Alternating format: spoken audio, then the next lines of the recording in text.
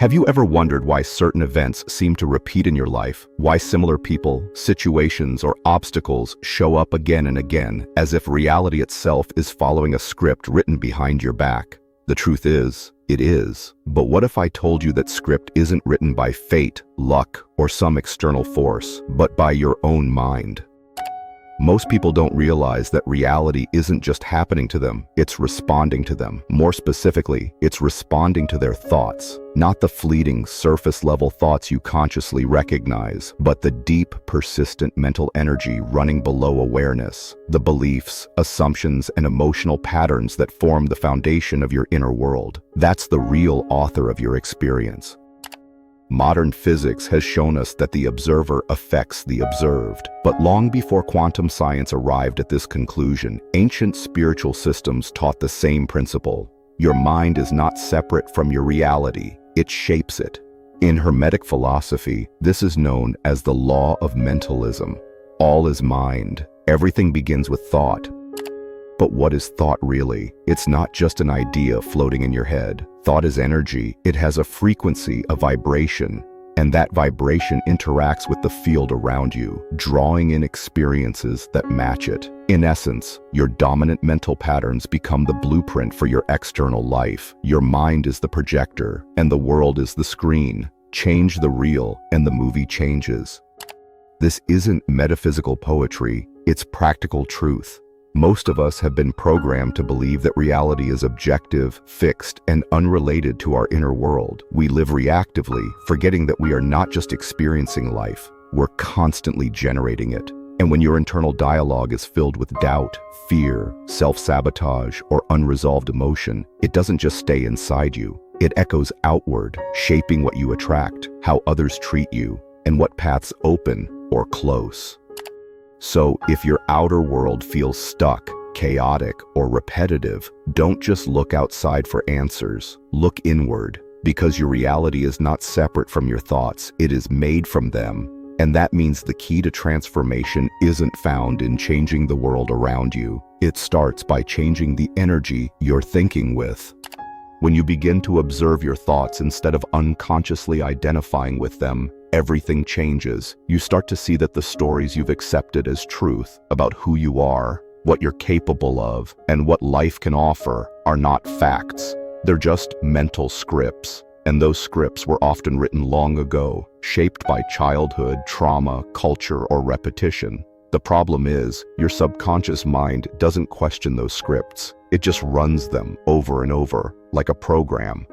Here's what most people miss. Your subconscious is always listening, and it's always manifesting. It doesn't care whether a thought is good or bad, true or false. It only responds to consistency and emotional charge. So when you constantly think thoughts like, "I'm not enough," "nothing ever works out for me," or "I'll never be free," your subconscious takes that as instruction. Not metaphorically, literally. And it starts organizing your perception, your decisions, and even your environment to reflect those assumptions. This is where the real science of mental energy comes in. Your brain emits measurable frequencies. EEG machines can track the shifts in brainwave states as you move from fear to calm, from limitation to possibility. And what's more, those states affect your heart, your nervous system, and your energetic field. Thoughts don't stay in your head. They become part of your body, your vibe, your signal to the universe. That signal attracts resonance. You don't get what you want. You get what you are in frequency with. Most people try to change their lives with willpower alone. They hustle, strive, grind. But without shifting the mental energy behind their actions, they often recreate the same patterns with a new face. Why? Because they're thinking with the same code. The reality may look slightly different, but the vibration is identical. Until you update the code, the loop continues.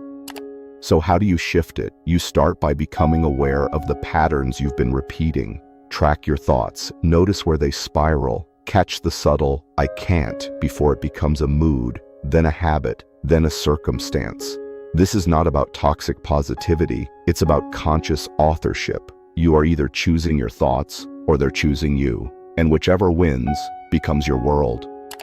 Awareness is the first crack in the wall, but it's not enough to just notice your thoughts. You must begin to redirect them. This is where true mental energy work begins. You need to replace old, limiting thoughts with new ones that match the reality you want to experience, not the one you're trying to escape. And that requires intentional repetition. Just like the negative programming got in through repetition and emotion, so does the reprogramming.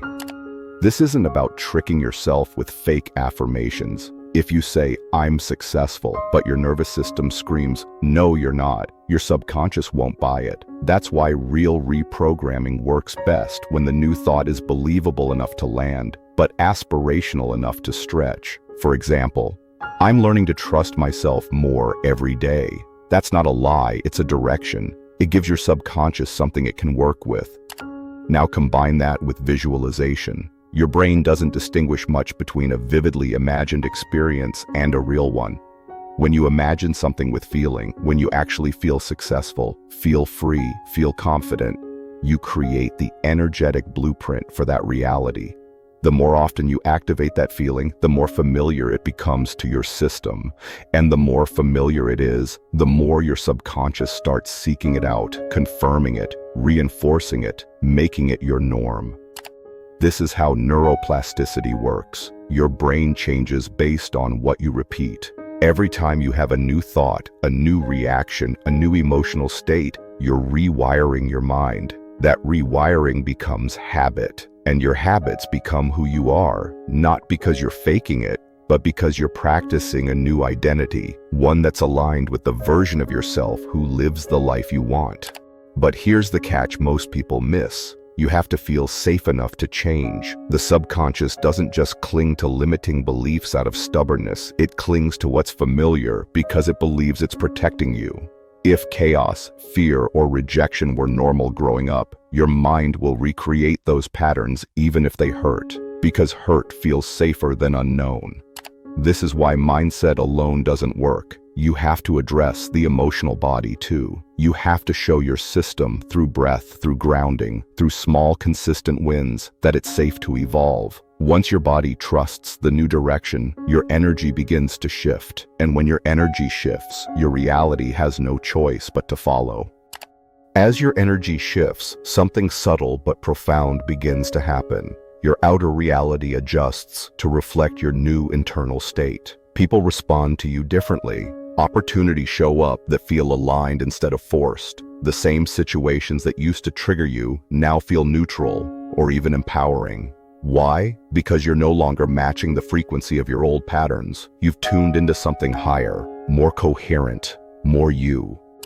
This is the mirror effect of consciousness. Your external world is not separate from you. It's feedback. It reflects not just what you think, but how you feel, what you expect, and most importantly, what you believe you deserve. This is why deep mental energy work often brings up discomfort. When you start to raise your frequency, anything out of alignment rises to the surface, not to punish you, but to be seen, healed, and released.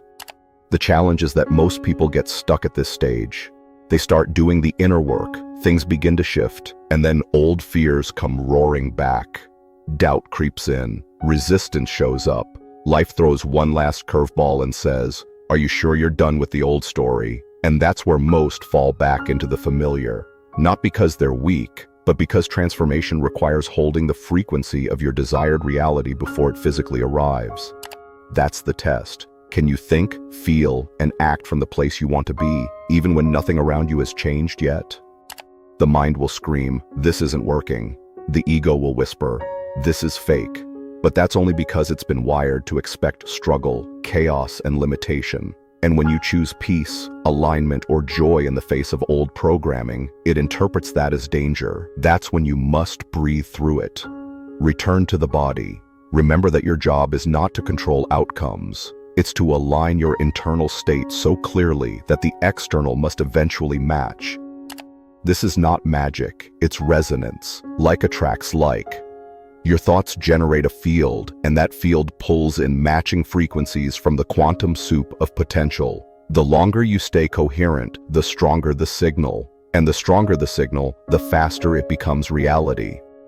But don't measure your progress just by results. Measure it by how quickly you realign, how fast you notice the old thought, how willing you are to choose again. That's real mastery, not perfection, but presence. When you begin to live from this place of mental alignment and energetic coherence, your entire relationship with reality transforms. You stop reacting to life and start responding with intention. You no longer chase outcomes, you attract them because you've become the kind of person who naturally creates them. This is where your power moves from theory into embodiment. You're not just thinking differently, you're being different.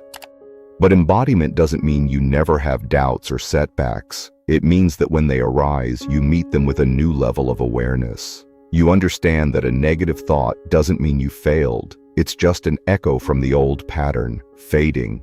You no longer get lost in the noise because you know where the signal is coming from. You. This is when your mental energy becomes magnetic. People feel something different in your presence, not because you're forcing positivity, but because your frequency has stabilized. You're no longer broadcasting chaos, scarcity, or insecurity. You're radiating clarity, calm, and quiet confidence, and that is rare, which is why it draws attention. Reality begins to rearrange itself around that signal. You'll notice it in small ways first. Unexpected messages, synchronicities, a shift in how people talk to you. A decision you've been delaying suddenly becomes obvious. These aren't random. They're reflections of your internal coherence starting to manifest in the physical. This is where faith becomes real, not as blind belief, but as inner knowing. You start to trust your intuition, not because it always makes logical sense, but because you've learned it speaks the same language as reality itself, energy. And when your energy is clear, the path is too. One of the biggest shifts here is that you begin to detach from the need to control. You don't have to force anything anymore. You realize the universe isn't testing you, it's mirroring you. If something doesn't show up, it's not rejection, it's feedback. And instead of spiraling into self-doubt, you recalibrate. You go within, you ask, what signal am I sending? And then adjust accordingly. This is the true science of thought as energy, not just that your mind affects your life, but that your thoughts are creative tools, every one of them a signal, a seed, a sculptor of the field around you. And when you begin to think consciously, feel intentionally, and act in alignment, you are no longer a passive participant in your life, you become the architect. When you realize that your thoughts shape reality, you stop outsourcing your power. You stop blaming luck, fate, or other people for what you're experiencing. You understand that the most sacred space is not somewhere far away, it's right between your ears, and what you build there echoes into everything else. This is where spiritual wisdom and mental discipline converge. You're no longer just absorbing reality, you're sculpting it. Moment by moment, thought by thought, not through force, but through frequency, not by controlling the world, but by tuning your inner world until it resonates with the life you truly want. This isn't wishful thinking, it's energetic architecture. Your mind is the blueprint, your emotion is the current, your actions are the anchors, and reality is simply the mirror, always waiting to reflect back the version of you that's most consistent, most coherent, and most alive. But here's the catch. The world will try to pull you back into reaction. Algorithms, media, distractions, even people close to you will mirror your old patterns, not because they're against you, but because you've outgrown them. And when you start living from aligned thought, you'll feel the friction. That's how you know the shift is real. The question is, will you stay anchored in the new frequency, or will you slip back into the mental loops that kept you small? This is not about never falling, it's about catching yourself faster, choosing again, cleaner, thinking from your future, not your past, letting your mind serve your vision instead of recycling your fears. That's the work, that's the mastery. And now, I'll leave you with a question, not for your brain, but for your field. If your current thoughts were shaping next week's reality exactly as they are, would you keep thinking them? I'll see you in the next video, but until then, choose your thoughts like they're sacred, because they are.